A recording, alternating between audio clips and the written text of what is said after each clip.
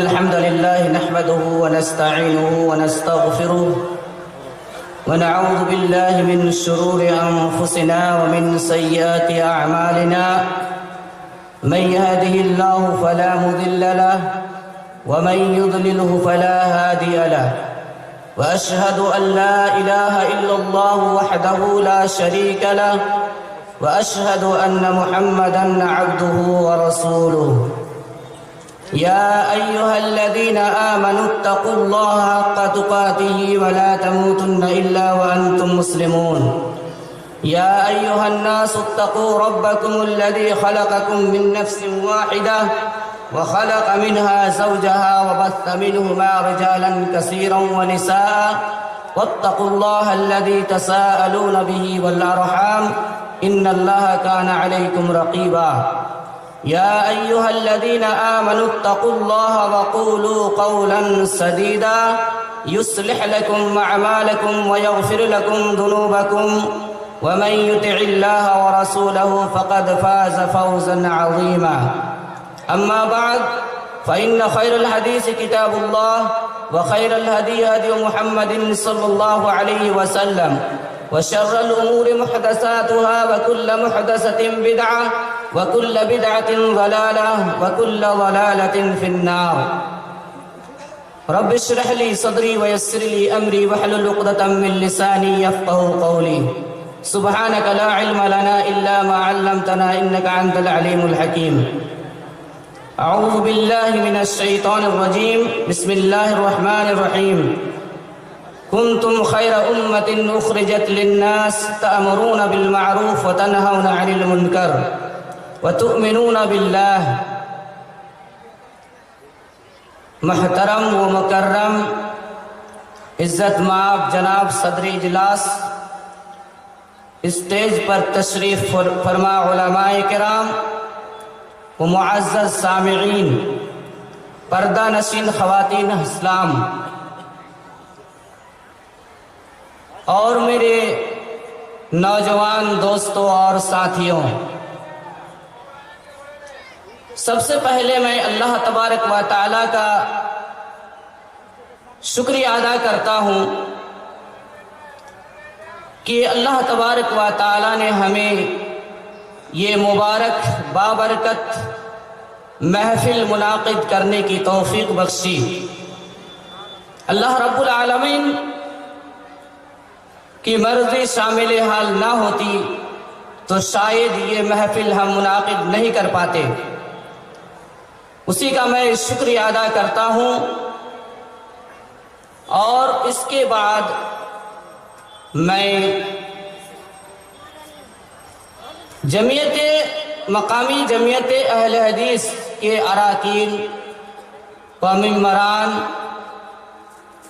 اور اس کے معاونین کا میں بے حد شکریہ ادا کرتا ہوں کہ انہوں نے اس مبارک محفل کو منعقد کرنے میں بڑی کوشش اور محنت اور لگن اور دلچسپی کے ساتھ اس کو قائم کیا. اس کے بعد میں علماء کرام خصوصاً مقررین حضرات کا میں تہ دل سے شکریہ ادا کرتا ہوں کہ انہوں نے اپنے تمام تر مصروفیات کو چھوڑ کر ہماری دعوت پر لبیک کہا اور اپنی قیمتی اوقات ہمارے لیے صرف کیا.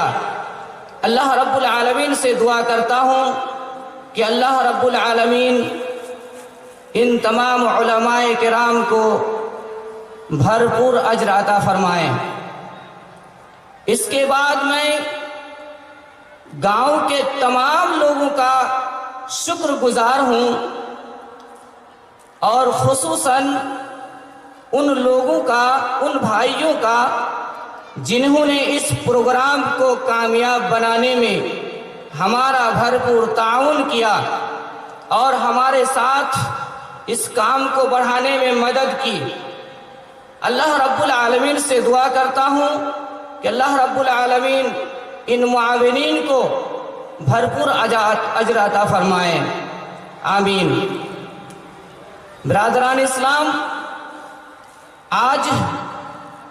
جو ایک روزہ عظیم الشان دینی و اصلاحی اجلاس عام آپ بینر کے نیچے دیکھ رہے ہیں کہ زیر اہتمام مقامی جمعیت اہل حدیث منی رامپور پاکوڑ،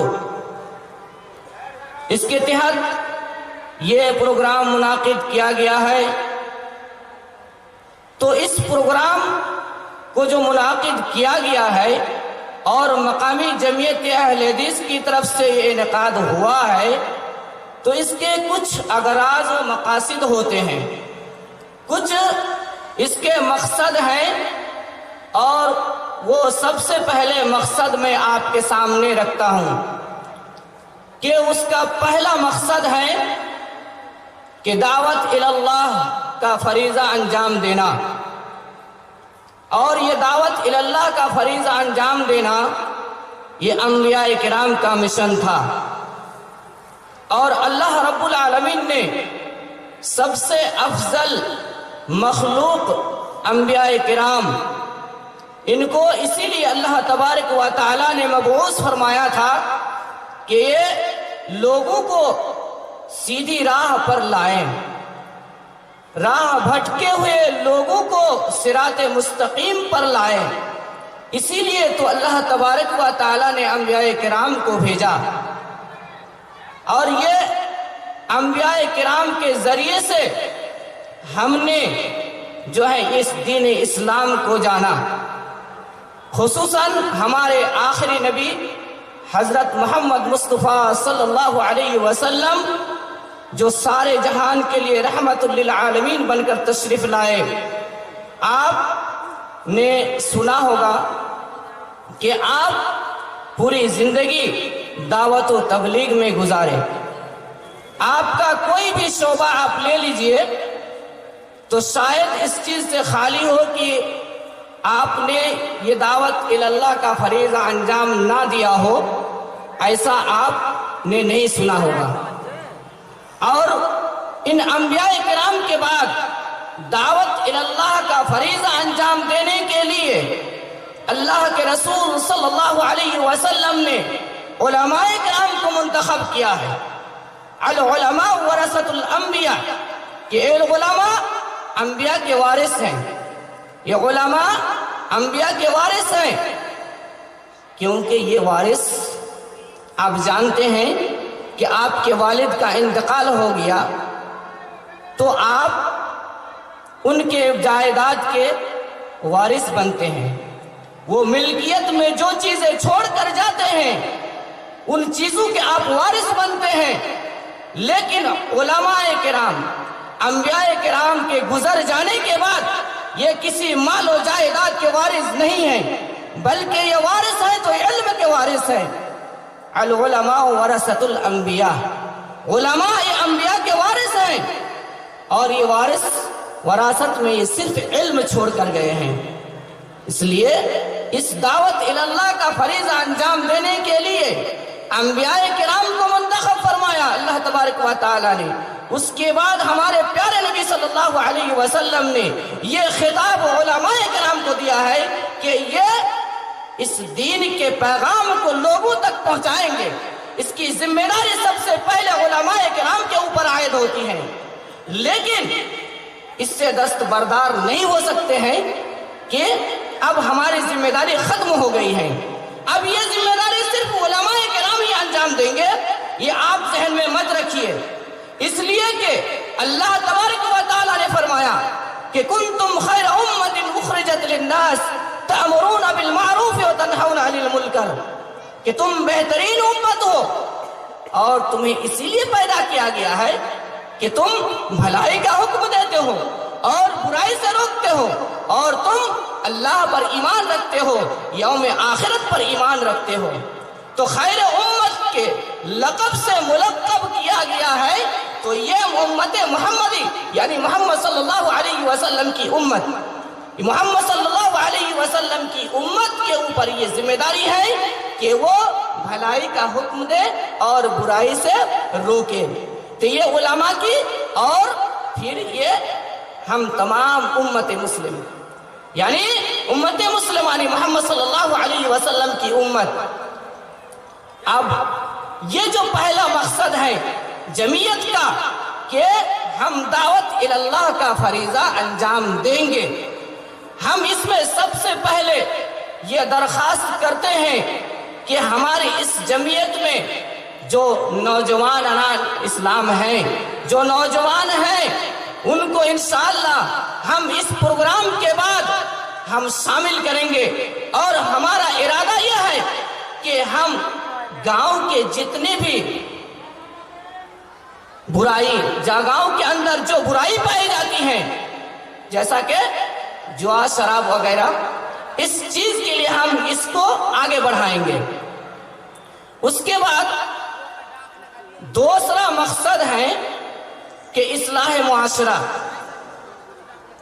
اور اصلاح معاشرہ کے تعلق سے پہلے مقرر نشست ثانی میں فضیلت الشیخ آصف اقبال مدنی صاحب حفظہ اللہ کی زبان مبارک سے آپ نے سنا کہ معاشرہ کی کس طرح سے اصلاح کرنی چاہیے۔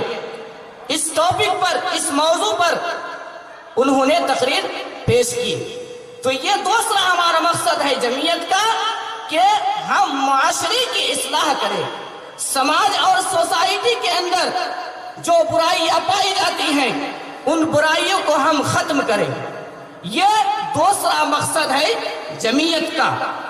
اب اس جمعیت میں یہی کام انجام دیا جائے گا کہ معاشرے کے اندر جیسا کہ جوا ہے، شراب ہے، گانا بجانا ہے، یہ چیزیں جو ہمارے معاشرے کے اندر پائی جاتی ہیں، اور یہ مجھے کہنے میں بڑا افسوس ہوتا ہے کہ ہمارا معاشرہ، یہ ہمارا معاشرہ کا لفظ جو ہم استعمال کر رہے ہیں، تو اس میں افسوس کی بات یہ ہے کہ ہم تمام مسلمان ہیں، ہم تمام مسلمان ہیں، اور مسلمان میں صحیح العقیدہ اہل حدیث کی جماعت اور اہل حدیث کے لوگ ہیں۔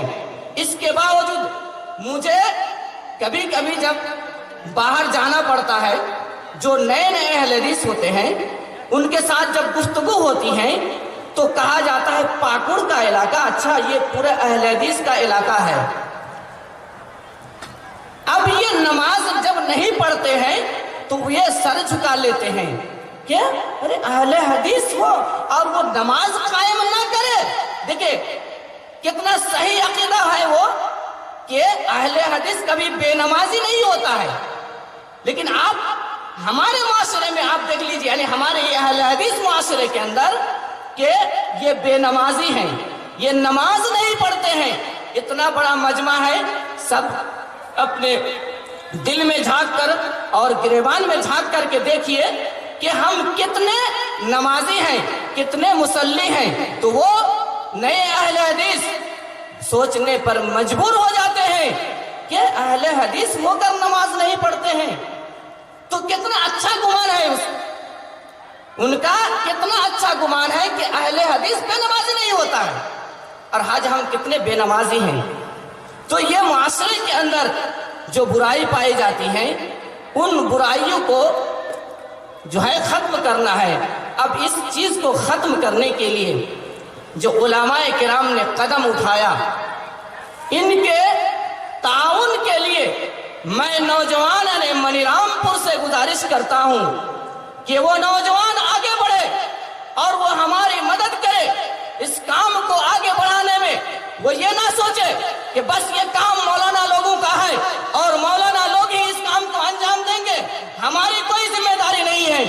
تو یہ آپ کے ذہن میں فطور داخل ہے، آپ کے ذہن میں یہ غلط چیز داخل ہے، آپ اس کو نکال پھینکیے۔ سب سے پہلے یہ میں بڑے ہی افسوس اور اپیل اور درخواست کرتا ہوں کہ اس چیز کو آپ اپنے ذہن سے نکال دیجئے، اور پھر ہمارے ساتھ جو ہے مل کر کے اس کام کو آگے بڑھائیے۔ یہ اصلاح معاشرہ، اگر آپ اس کام کو نہیں کریں گے، اس کام میں آپ تعاون نہیں کریں گے، مدد نہیں کریں گے، تو وہ سوچ لیجئے اللہ رب العالمین نے فرمایا وَاتَّقُوا فِتْنَةً لَا تُصِيبَنَّ الَّذِينَ ظَلَمُوا مِنْكُمْ خَاصَّةً۔ اس فتنے سے بچو جو فتنہ اگر اٹھا تو اس کے لپیٹ میں صرف ظالم لوگ نہیں آئیں گے، بلکہ اس کے لپیٹ میں وہ لوگ بھی آئیں گے جو اس معاشرے میں، اس سوسائٹی میں، اس سماج میں رہتے ہیں۔ بخاری کی روایت کشتی کا واقعہ آپ کو معلوم ہوگا، بہت ہی مشہور واقعہ ہے۔ ابو سعید خدری رضی اللہ تعالیٰ عنہ سے یہ روایت مروی ہے کہ ایک کشتی میں بالکل مختصر کہ کچھ لوگ سفر کر رہے ہیں، کچھ لوگوں کے رہنے کی جگہ اوپر منزل میں اور کچھ لوگوں کی سیٹیں دوسرے منزل میں، نچلے منزل میں۔ پانی پینے کا انتظام اوپر منزل میں کیا گیا اور نیچے حصے میں نہیں کیا گیا۔ اب نیچے والے حصے یہ سوچنے لگے کہ اوپر ہمیں جانے کی ضرورت نہیں ہے، نیچے چھید کر کے ہم جو ہے پانی حاصل کر لیں گے اور ہمیں اوپر جانے کی ضرورت نہیں ہے۔ اب وہ یہ سوچے کہ اور اسے یہ کرنے دیا جائے کہ وہ نیچے چھیدا کر لے اور پانی حاصل کر لے، ہمارا کیا جا رہا ہے۔ تو اوپر والے منزل میں جو لوگ رہتے ہیں تو کیا وہ بچ پائیں گے؟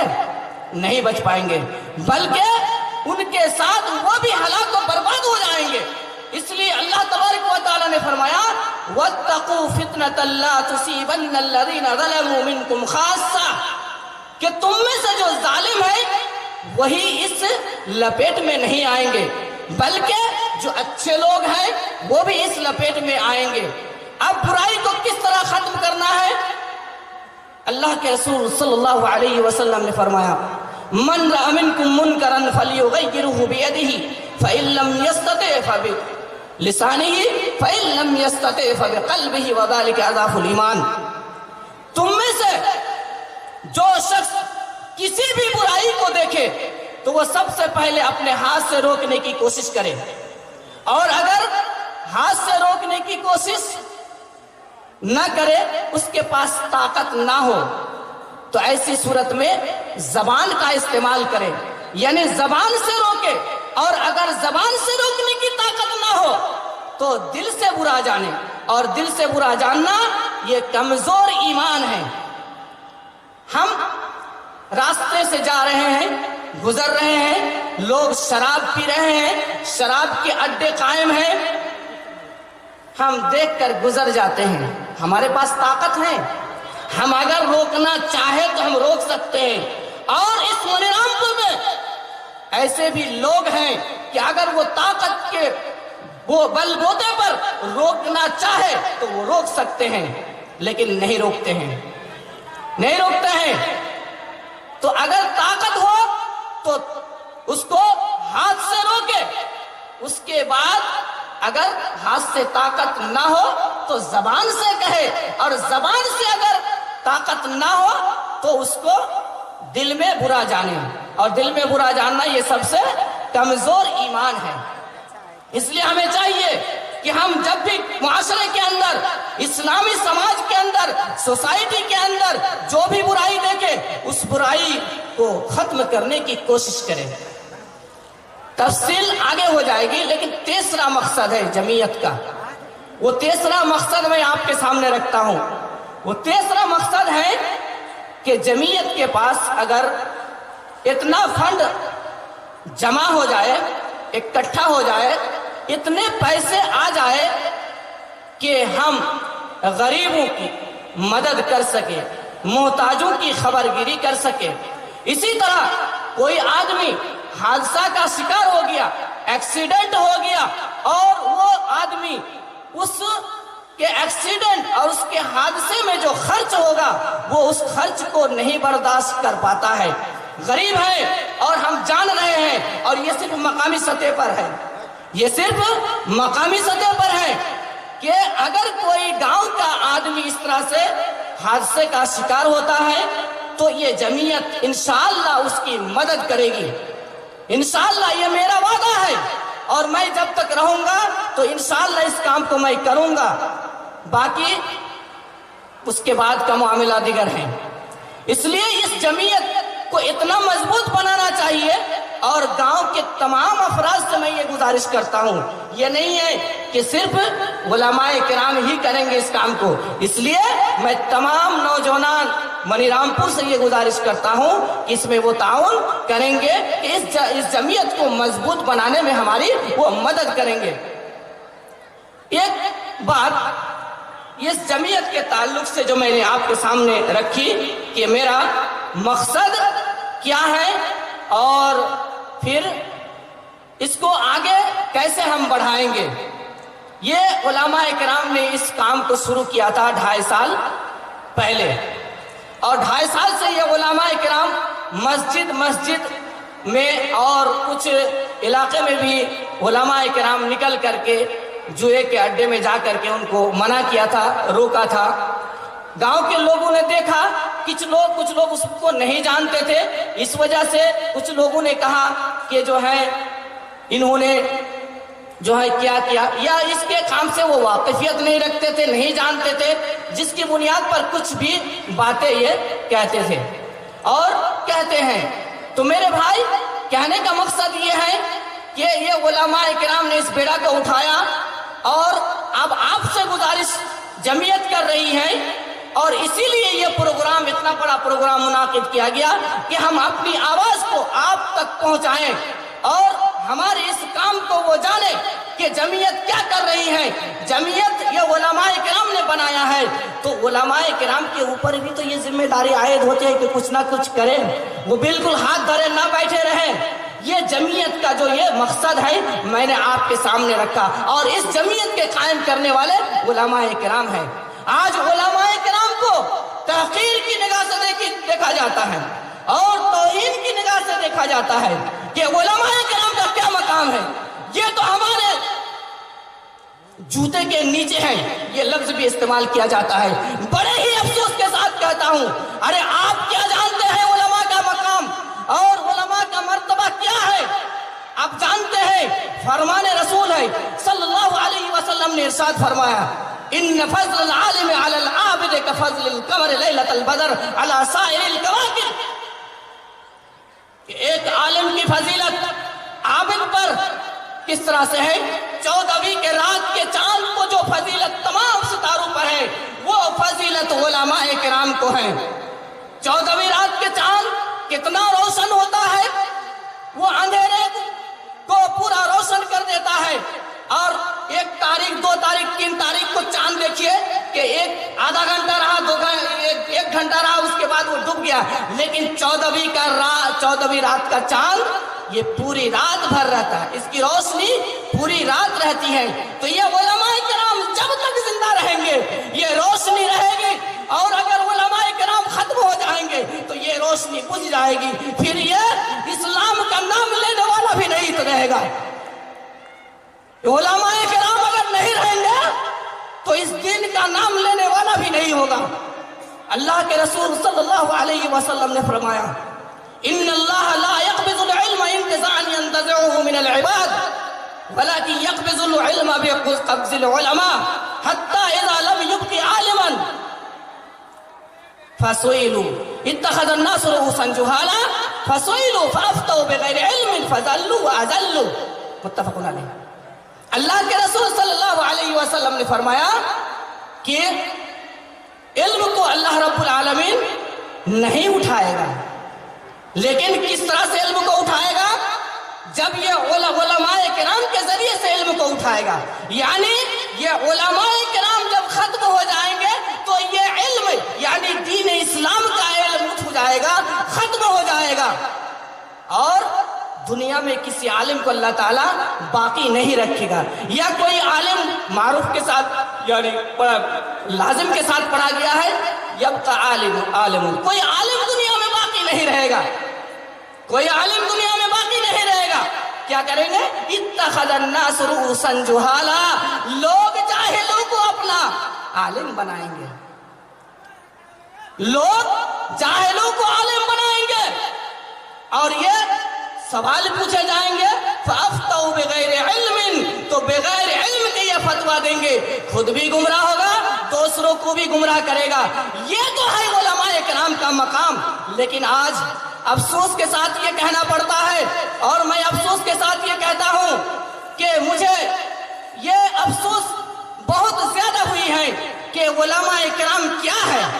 یہ اس طرح سے مطلب لفظ استعمال کر رہے ہیں، مجھے کہنے میں بہت ہی شرم محسوس ہوتا ہے.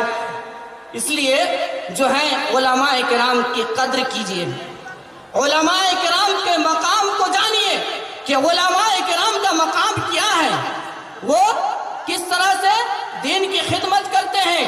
یہ علماء کرام اگر نہیں رہیں گے تو یہ دین بھی ختم ہو جائے گا، اور یہ قیامت کی نشانی میں سے ہے کہ قیامت قائم ہو جائے گی جب یہ علماء نہیں رہیں گے۔ علماء اس دنیا سے رخصت ہو جائیں گے، چلے جائیں گے، تو یہ دین بھی ختم ہو جائے گا، اور پھر کوئی اسلام کا نام لینے والا بھی نہیں باقی رہے گا۔ اس لیے میں اپنے گاؤں کے تمام نوجوان سے، تمام لوگوں سے گزارش کرتا ہوں کہ یہ علماء کرام کی قدر کیجیے۔ میں ایک تھوڑی سی بات یہ کہنا چاہتا ہوں۔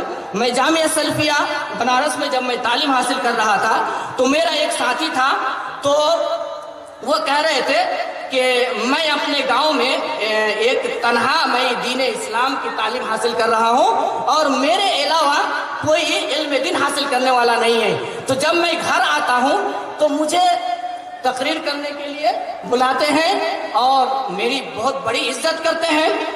تو مجھے تعجب ہوتا تھا کہ اعلامیہ اور منی رام پور میں پاکڑ کے علاقے میں شاید کہ علماء زیادہ ہو گئے، اس لیے ان کی عزت گھٹ گئی، اور یقیناً مجھے یہ تجربہ ہوا ہے کہ اس علاقے میں علماء کرام کی کچھ تعداد زیادہ ہی ہے، اور اس زیادہ تعداد ہونے کی وجہ سے ان کو حقارت کی نگاہ سے دیکھا جاتا ہے، ان کو اتنی جو ہے نیچی نگاہ سے دیکھا جاتا ہے کہ اس کی کوئی انتہا نہیں ہے۔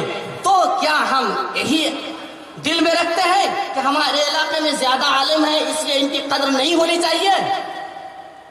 یہ میں نے آپ کے سامنے یہ بات رکھی، اور میں تمام لوگوں سے گزارش کرتا ہوں، جیسا کہ میں نے آپ کے سامنے جمعیت کے مقصد کو اور اس کے اغراض کو سامنے پیش کیا، آئندہ سے میں تمام نوجوانوں سے گزارش کرتا ہوں کہ وہ اس جمعیت کے ساتھ جڑ جائیں اور اس جمعیت کو کام کرنے میں مدد کریں، تاکہ ہم اس کام کو آگے بڑھاتے رہیں، اور ہمارے حوصلہ افزائی بھی ہو کہ نہیں، علماء کرام اکیلے نہیں ہیں، بلکہ منی رام پور کے تمام لوگ اس میں شامل ہیں اور شریک ہیں، اور اس کام کو جو ہے یہ مدد کرتے ہیں۔ یہ ہمارے اندر داخل ہو جائے، یہ چیز ہمیں معلوم ہو جائے، تو انشاءاللہ یہ ہماری جمعیت آگے ترقی کرے گی، اور جو اغراض و مقاصد میں نے آپ کے سامنے رکھا اس میں بھی یہ جمعیت قائم